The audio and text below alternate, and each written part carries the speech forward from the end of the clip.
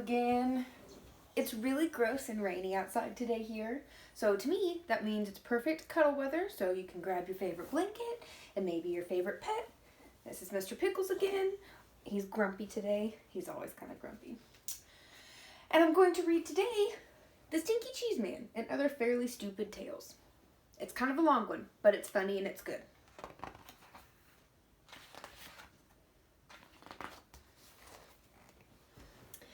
I have found a kernel of wheat, said the little red hen. Now who will help me plant this wheat? Where is that lazy dog? Where is that lazy cat? Where is that lazy mouse? Wait a minute. Hold everything. You can't tell your story right here. This is the end paper. This book hasn't even started yet. Who are you? Will you help me plant the wheat? I'm Jack. I'm the narrator. And no, I can't help you plant the wheat. I'm a very busy guy trying to put a book together. Now, why don't you just disappear for a few pages? I'll call you when I need you. But who will help me tell my story? Who will help me draw a picture of the wheat? Who will help me spell the wheat? Listen, hen. Forget the wheat. Here comes the title page. Title page. For the Stinky Cheese Man and Other Fairly Stupid Tales.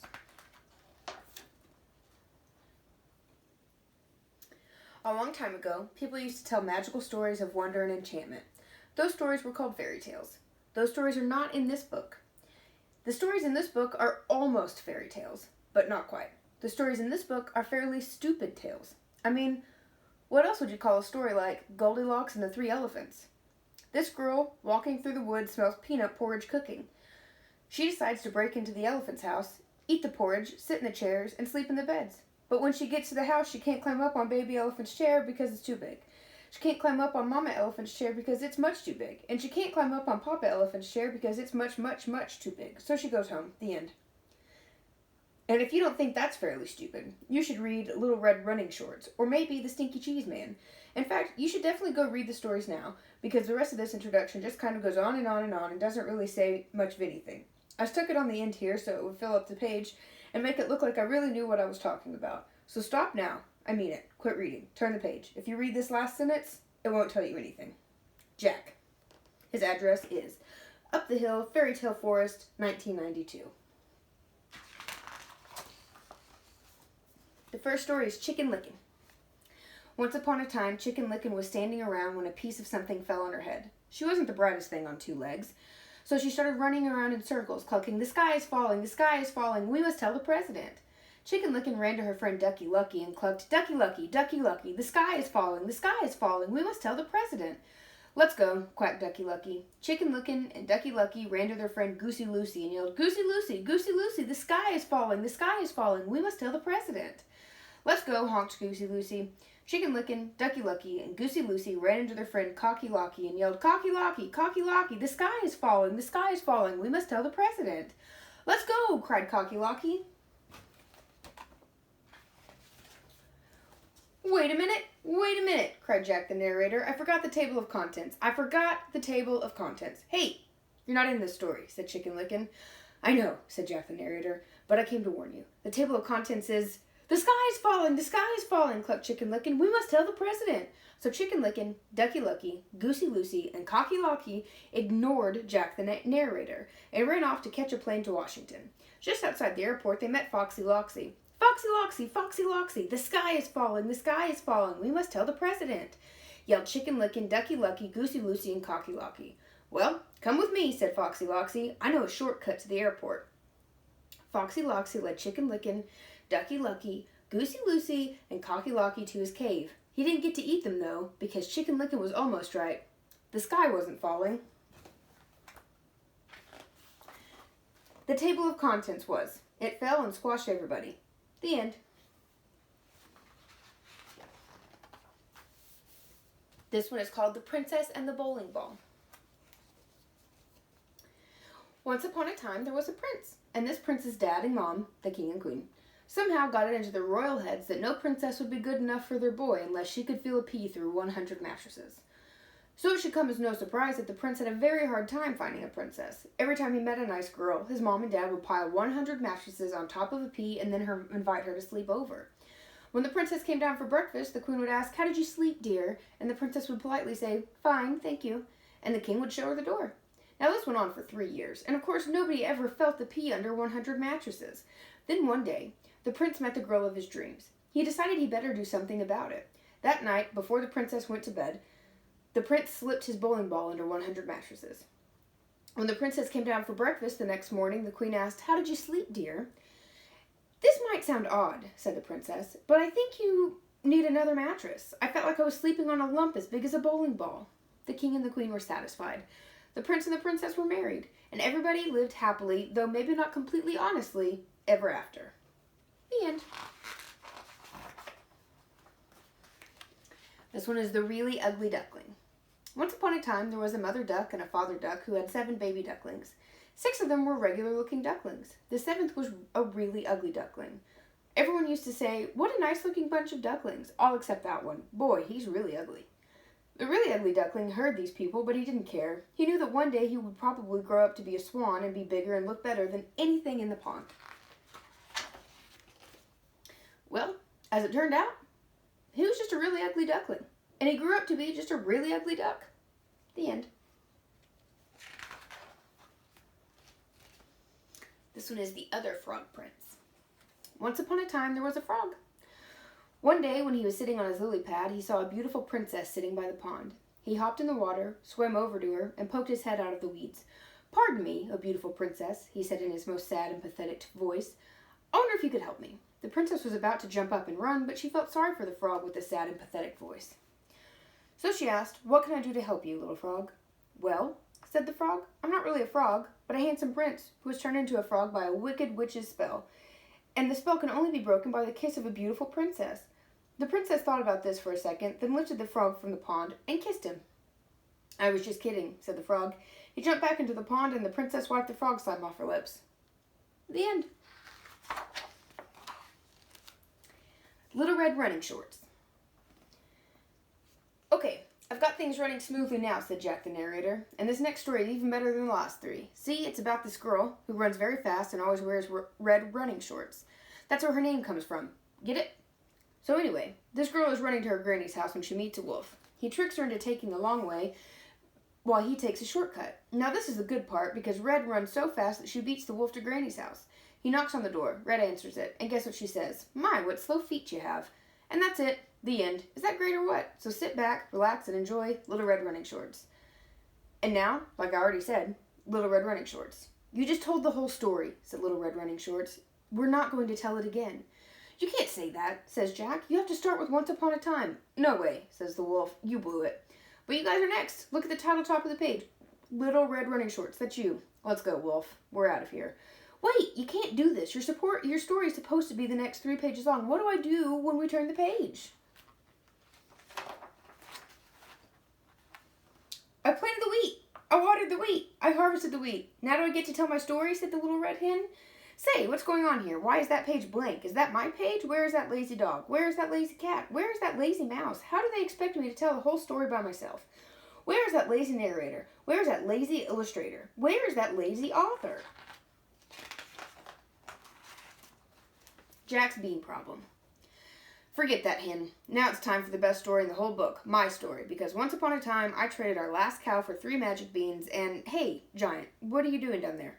You're wrecking my whole story." "I don't like that story," said the Giant. "You always trick me." "That's the best part," said Jack. "Fee, fi, fum, fory, I have made my own story." "Great rhyme, Giant, great.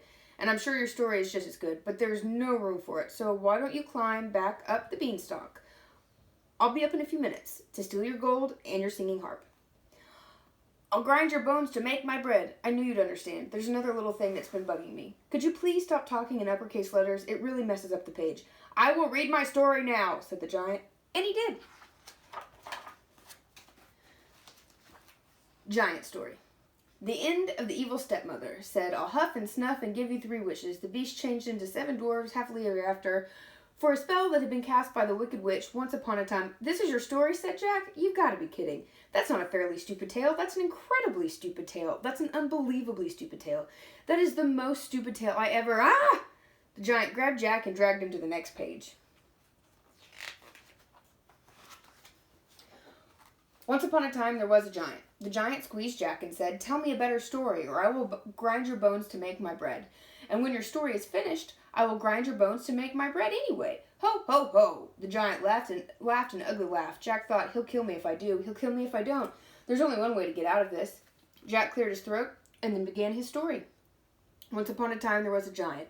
The giant squeezed Jack and said, tell me a better story or I will grind your bones to make your bread. And when your story is finished, I will grind your bones to make my bread anyway. Ho, ho, ho! The giant laughed an ugly laugh and Jack thought, he'll kill me if I do, he'll kill me if I don't. There's only one way to get out of this. You get it.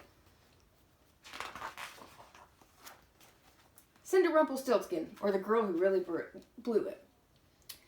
Once upon a time, there was a beautiful girl named Cinderella, who lived with her wicked stepmother and 2 ugly stepsisters. The step-relatives were not only wicked and ugly, they also made Cinderella clean the house every day.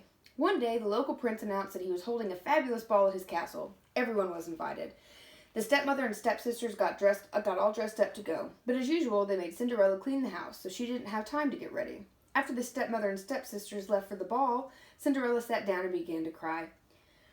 Just then, a little man appeared. Please don't cry, he said. I can help you spin straw into gold. I don't think that will do me much good, said Cinderella. I need a fancy dress, glass slippers, and a coach. Would you like to try and guess my name? Said the clever little man. Cinderella looked at him. No, not really. Come on, do you think it's Chester? If you don't have a dress, it doesn't really matter. Oh, just guess a name, any name. I'm not supposed to talk to strangers, said Cinderella. Then she closed the door and left the little man standing outside, screaming, Rumpelstiltskin, Rumpelstiltskin, Rumpelstiltskin. When the stepmother and stepsisters got home from the ball, Cinderella told them about the strange little man. They still made her clean the house. And meaner still, they changed her name to Rumpelstiltskin. The end. The Tortoise and the Hare. Once upon a time, there was a tortoise who was very slow but very dependable. He would always get where he set out to go. It just took him longer than most people. One day, Rabbit saw Tortoise walking slowly but surely down the road and said, Tortoise, you are so slow.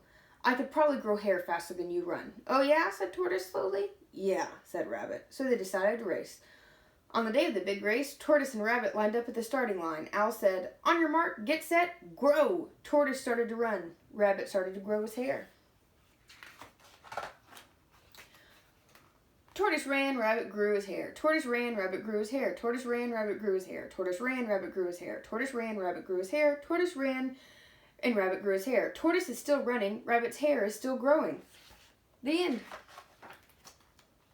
The Stinky Cheese Man. Once upon a time, there was a little old woman and a little old man who lived together in a little old house. They were lonely, so the little old lady decided to make a man out of stinky cheese. She gave him a piece of bacon for a mouth and 2 olives for eyes and put him in the oven to cook. When she opened the oven to see if he was done, the smell knocked her back. Phew! What is that terrible smell? She cried. The Stinky Cheese Man hopped out of the oven and ran out the door, calling, run, run, run, as fast as you can. You can't catch me. I'm the Stinky Cheese Man. The little old lady and the little old man sniffed the air. I'm not really very hungry, said the little old man. I'm not really all that lonely, said the little old lady. So they didn't chase the Stinky Cheese Man. The Stinky Cheese Man ran and ran until he met a cow eating grass in a field. Wow, what's that awful smell, said the cow. The Stinky Cheese Man said, I've run away from a little old lady and a little old man, and I can run away from you too. Run, run, run, as fast as you can. You can't catch me. I'm the Stinky Cheese Man. The cow gave another sniff and said, I'll bet you could give someone 2 or 3 stomach aches. I think I'll just eat weeds. So the cow didn't chase the Stinky Cheese Man either. The Stinky Cheese Man ran and ran until he met some kids playing outside school. Gross, said a little girl. What is that nasty smell? I've run away from a little old lady and a little old man and a cow, and I can run away from you too. I can. Run, run, run, as fast as you can. You can't catch me. I'm the Stinky Cheese Man. A little boy looked up, sniffed the air, and said, if we catch him, our teacher will probably make us eat him. So let's get out of here. So the kids didn't chase the Stinky Cheese Man either. By and by, the Stinky Cheese Man came to a river with no bridge. How will I ever cross this river? It's too big to jump, and if I try to swim across, I'll probably fall apart, said you-know-who. Just then the sly fox, who shows up in a lot of stories like these, poked his head out of the bushes. Why, just hop on my back, and I'll carry you across, Stinky Cheese Man. How do I know you won't eat me? Trust me, said the fox. So the Stinky Cheese Man hopped on the fox's back. The fox swam to the middle of the river and said, oh man, what is that funky smell? The fox coughed, gagged, and sneezed, and the Stinky Cheese Man flew off his back and into the river, where he fell apart. The end. Shh! Be very quiet. I moved the end paper up here so the giant would think the book is over. The big lug is finally asleep. Now I can sneak out of here. Just turn the page very quietly, and that will be the I found the wheat, I planted the wheat, I grew the wheat, I harvested the wheat, I ground the wheat, I made the dough, I baked the bread, said the little red hen. And did anyone help me? Did anyone save space for my story? So now, said the little red hen, who thinks they're going to help me eat the bread? Bread, said the giant. Eat, said the giant. The end. I hope you liked that. That one was always one of my favorites. Stay warm and stay dry, and don't forget to wash your hands.